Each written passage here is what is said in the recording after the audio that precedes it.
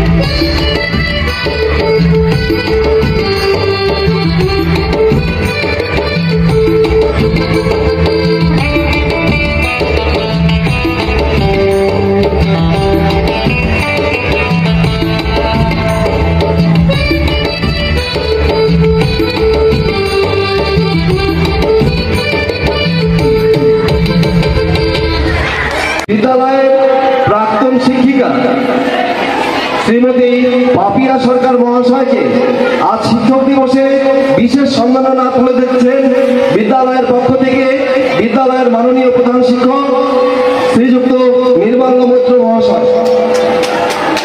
সকলে করতালি দিয়ে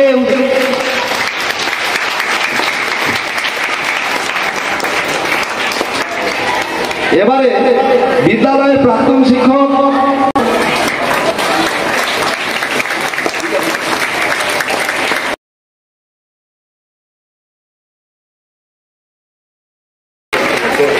সেকেন্ড হয়েছে, পরে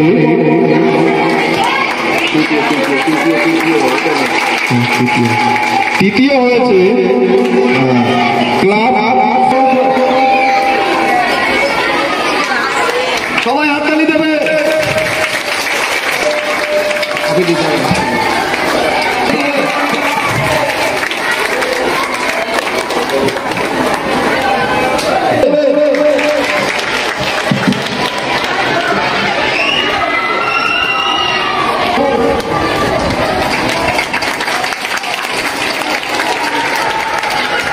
বাড়ির সম্মুখে পথে বসিয়া পা ছড়াইয়া বনমালী পরমানন্দে সন্দেশ আহার করিতেছে বয়স 7।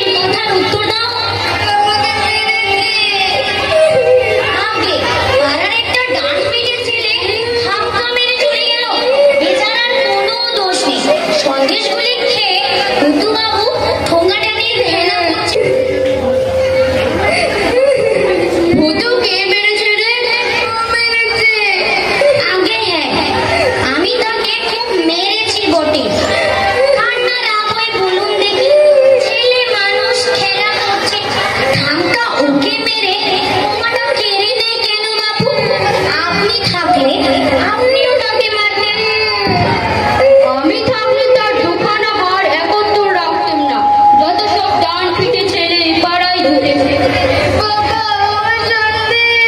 আরে আরে, ও কথা আর বলতে হবে না।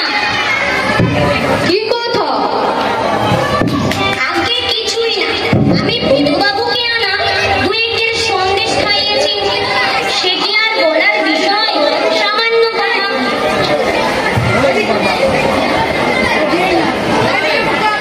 কি তোমার নাম কি বাপু? আগে আমার নাম তিনপুরি মুখোপাধ্যায়। ঠাকুরের নাম ক্ষুদিরাম মুখোপাধ্যায়। তুমি আমার বড় মাসিও। ক্ষুদিরাম যে আমার পিসতুতো ভাই।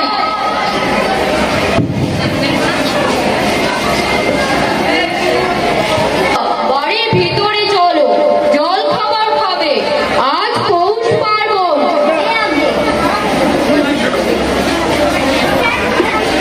থেকো, কাল মধ্যাহ্ন ভোজন করে বাড়ি যেও।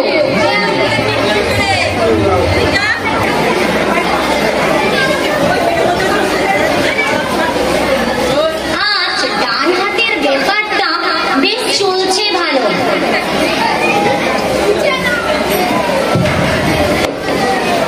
বাবা চুপ করে বসে থাকলে হবে না, এই চারখানাও খেতে হবে। যে আগে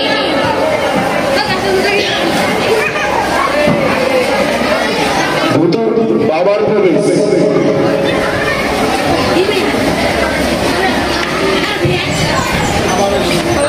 কিও পাত খালি যে, ওরে খানাসকে পিঠে দিয়ে যা। বাবা খেতে হবে, এরই মধ্যে হাত গুটলে চলবে না। যে আগে পিসিমার প্রবেশ।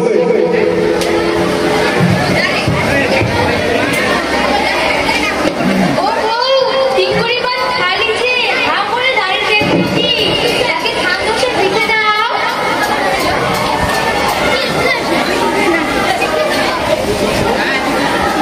পিসিমার প্রবেশ। বাবু, তোমার কিছু খাওয়ার না দেখছি? দিয়ে যা, দিয়ে যা, এদিকে তো দিয়ে যা। পাতে খান সুন্দর পিঠে দে। তোমাদের মতো বয়সে আমার কিন্তু ভাষা সবগুলি খেতে হবে। যে আমি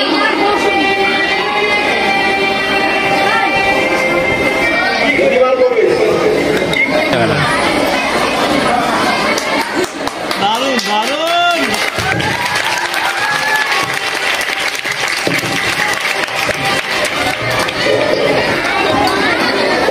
মাথায় ব্যথা। ও বউ, পিঠে তো সব পুড়িয়ে গেছে, আর একখানাও বাকি নেই। কি হবে? কি আর হবে? পিঠে আর খাবে? আগে না, সে কি কথা? আর দুখানা খাও। আগে না, আর ওসব নেই।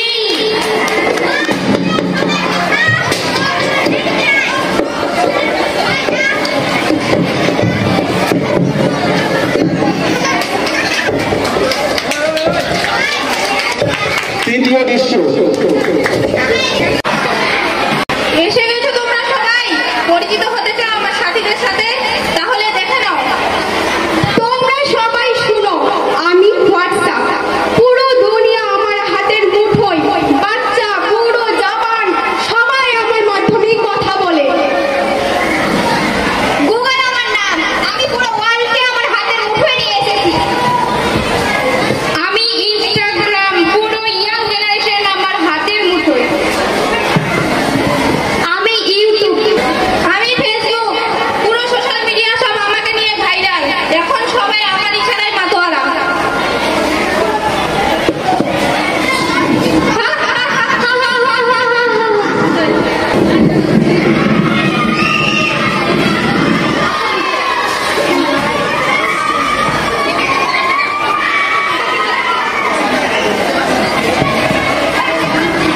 মা মা মা কি? কালকে আমাদের এক্সাম, কি প্রবলেম হয়েছে একটু বুঝিয়ে দাও। কেন তোদের শিক্ষক কি শেখায়নি কিছু? শিখিয়েছে, তবুও আমাদের একটু প্রবলেম হচ্ছে।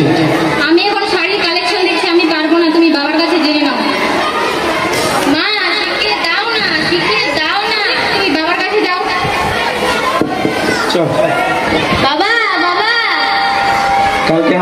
এক্সাম আছে, একটু প্রবলেম হচ্ছে, বুঝিয়ে দাও না। আমি এখন অফিসের কাজে ব্যস্ত আছি, এই যে মোবাইল থেকে সলভ করে নাও।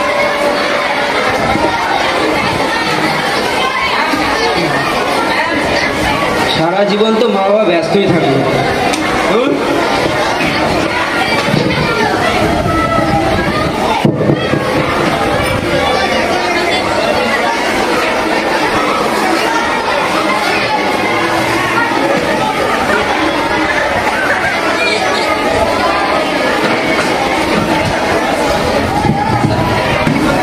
চলে এসছি,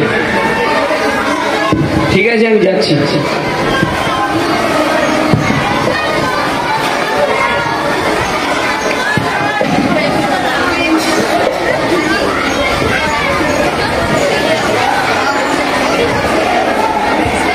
দেখো এই আমাদের আরেকটা শিক্ষক চলে এসেছে আমাদের সামনে।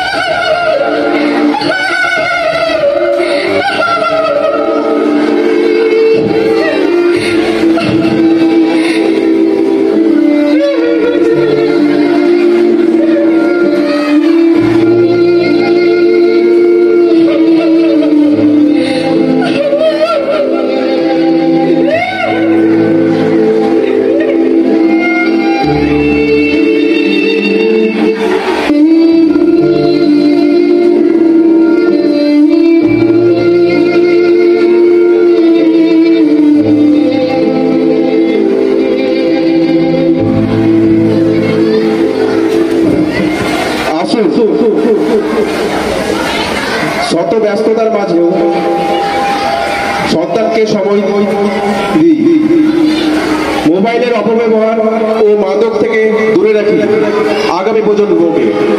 প্রযুক্তির সঠিক ব্যবহারের মাধ্যমে এগিয়ে দিয়ে আমাদের এই সুন্দর ভারতবর্ষকে। শিক্ষক দিবসের মহা শুভক্ষণে হোক আমাদের অঙ্গীকার। ধন্যবাদ।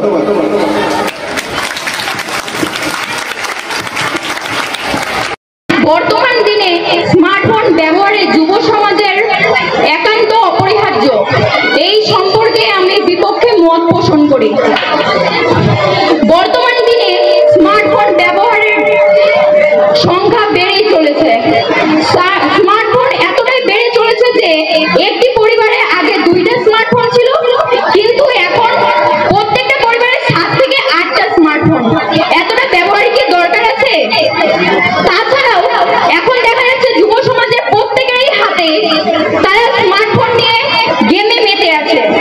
গেম খেলা একটা ভালো পেশা নয়, তারা গেম খেলায় এতটাই মগ্ন হয়েছে যে প্রথম ধাপ, দ্বিতীয় ধাপ এইভাবে করতে করতে কত না কঠিন পর্যায়ে চলে যাচ্ছে এবং শেষ পর্যন্ত তারা এমন পর্যায়ে যাচ্ছে যে তাদের মৃত্যুও অনিবার্য।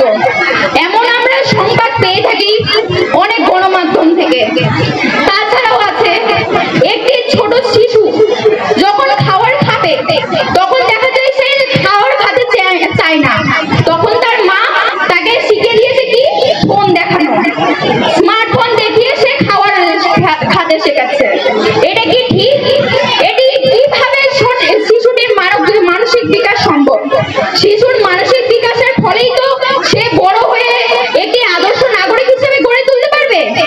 আমি এর বিপক্ষে মত পোষণ করি এবং স্মার্টফোনের ব্যবহারকে কমাতে বলছি এবং স্মার্টফোনকে বাতিল করার অনুরোধ জানাই।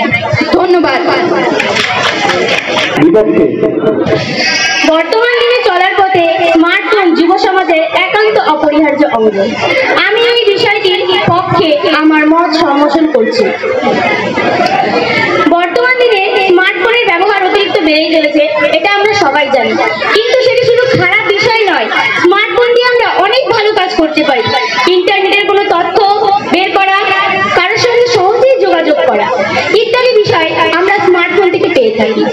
যেমন কেউ যদি ইংল্যান্ডে থাকে তার সঙ্গে আমরা যোগাযোগ স্মার্টফোনের সঙ্গে সহজেই করতে পারি, বা আমরা তাকে ভিডিও কলিং এর মাধ্যমে দেখতেও পারি। বিদ্যুৎ, আমরা জানি যে বিদ্যুৎ আমাদের জীবনের অপরিহার্য অঙ্গ। আমরা জানি যে বিদ্যুতের কোনো তার ফল্ট হলে সেটাতে কারেন্ট শক লাগার সম্ভাবনা আছে। তাই বলে কি আমরা বিদ্যুৎ ব্যবহার করি না? অবশ্যই করি। স্মার্টফোনের খারাপ দিকগুলি রয়েছে, তাই বলে কি আমরা স্মার্টফোন ব্যবহার করবো না? অবশ্যই করব। আমরা তার খারাপ দিকগুলোকে বাদ দিয়ে ভালো দিকগুলো গ্রহণ করব। আমার পক্ষের বন্ধু বললেন যে স্মার্টফোন আমাদের যুব সমাজে চলার পথে একান্ত অপরিহার্য অঙ্গ। এই বিষয়ে তিনি বিপক্ষে মত পোষণ করলেন, আমি তার পক্ষে মত পোষণ করছি। যেমন তিনি বললেন যে ছোট একটি শিশু সে খাওয়ার সময় মোবাইল দেখে, অবশ্যই, কিন্তু সেটাকে নিজেদের সতর্ক রাখতে হবে, তার পরিবারকে সতর্ক হতে হবে যে তাকে স্মার্টফোন আমি দেব না। তাই স্মার্টফোনের ব্যবহার আমাদের অবশ্যই করতে হবে, তার ভালো দিকগুলোকে বেছে নিতে হবে। নমস্কার। আজকের বিতর্কের বিষয় হচ্ছে বর্তমান দিনে যুব সমাজে স্মার্টফোন ব্যবহার করা একান্তই প্রয়োজন। আমি এর বিপক্ষে মত পোষণ করছি। হ্যাঁ, আমি মানলাম মোবাইল ফোনের কিছু প্রয়োজন আছে, কিন্তু তার কুপ্রভাবটাই সব থেকে বেশি দেখা যায়। মোবাইল ফোনের কত খারাপ ব্যবহার। আমরা মোবাইল ফোনে কোনো ব্যবহার, কোনো পড়ার বিষয় জানতে গিয়ে সেখানে আরো দুইটা খারাপ ভিডিও কিংবা আলাদা কিছুতে চলে যাই, কিন্তু সেই বিষয়টা আমরা যদি কোনো বই থেকে আয়ত্ত করতে যাই আমরা সেখানে আরো দুটো ভালোই বিষয় জানতে পারবো। আমার পূর্ববর্তী বক্তা বলে গেলেন যে আমাদের মোবাইলকে ভালো দিকটা বেছে নিতে হবে এবং খারাপ দিকটা পরিত্যাগ করতে হবে, কিন্তু এটা মোটেই সম্ভব না, কারণ আমরা মানুষ, আমরা সবসময় খারাপ জিনিসটাকেই বেছে নিই। তাই আমি বলছি যে মোবাইল ব্যবহার করা একদমই অনুচিত। আগেকার দিনে তো মোবাইল ছিল না, আগেকার দিনের মানুষ কি উন্নত ছিল না? আগেকার দিনে তো টেলিস্কোপ ছিল না, তবুও মানুষগুলো কি করে মন্দির 9টা গ্রহের পূজা করত? 200 বছর আগেকার গ্রন্থে কি করে ডিএনএ এর কথা লেখা আছে? তাই আমি বলছি মোবাইল ফোনকে পরিত্যাগ করা উচিত এবং বইকে ভালোবাসা উচিত। আমি এর বিপক্ষে মত পোষণ করছি। নমস্কার। এখানে উপস্থিত সবাইকে নমস্কার। আজকের বিতর্কের বিষয় হলো বর্তমান দিনে স্মার্টফোন যুব সমাজের একান্ত অপরিহার্য অঙ্গ। স্মার্টফোন সত্যি একটা অপরিহার্য অঙ্গই বটে, কেননা দেখুন আমরা হচ্ছে এত উন্নত হয়েছে কিসের জন্য? মোবাইল দিয়ে আমরা অনেক কাজ করতে পারছি। ধরুন একটা লোক একটা অচেনা জায়গায় যাচ্ছে, কোনো কিছু জানে না, কি করবে? স্মার্টফোন থেকে ম্যাপটা বের করে নিয়ে সে সবকিছু সহজেই চলে যেতে পারবে।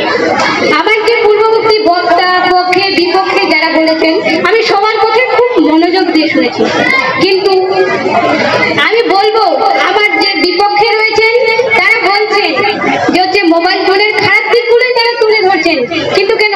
একটু আগে তিনি বললেন যে হচ্ছে আমরা মানুষ, খারাপ দিকগুলো গ্রহণ করবো, কিন্তু আমি বলি না, মানুষ যার মান আর হুঁশ রয়েছে তাই মানুষ, তাই আমরা জেনে শুনে আমরা ভালো দিকগুলো গ্রহণ করবো, কেন খারাপ দিক গ্রহণ করবো? দেখুন একজন রয়েছে আমাদের গ্রামীণ হাসপাতালে, সেখান থেকে তাকে কলকাতায় নিয়ে যাওয়া হলো, সেখানে তার খুব জরুরি একটা অপারেশন না করলে তিনি মারা যাবেন, কিন্তু ডাক্তার আসবে আমেরিকা থেকে, আসতে অনেক টাইম লাগবে, কিন্তু কয়েক ঘন্টার মধ্যে যদি তার অপারেশনটা না করা হয় তাহলে মারা যাবেন। কি হচ্ছে? মোবাইল ফোনের দ্বারা অনলাইনে তিনি হচ্ছে ডাক্তারদেরকে হচ্ছে উপদেশ দিচ্ছেন, সেই হিসেবে অপারেশনটা হয়ে যাচ্ছে, লোকটা বেঁচেও যাচ্ছে। কিন্তু ওনারা যে বললেন মোবাইল ফোন মানুষের মৃত্যুর কারণ, না, আসলে মৃত্যুর কারণ না, ভালো মতন ভাবে ব্যবহার করতে হবে। উনি বললেন যে হচ্ছে আগে ছিল না মানুষ, আগে উন্নত ছিল না, না ছিল না মানুষ উন্নত।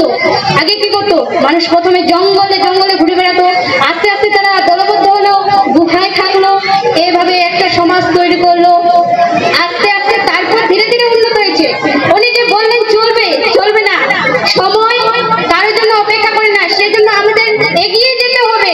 স্মার্টফোন খুবই একান্ত প্রয়োজন পড়াশোনার সময়।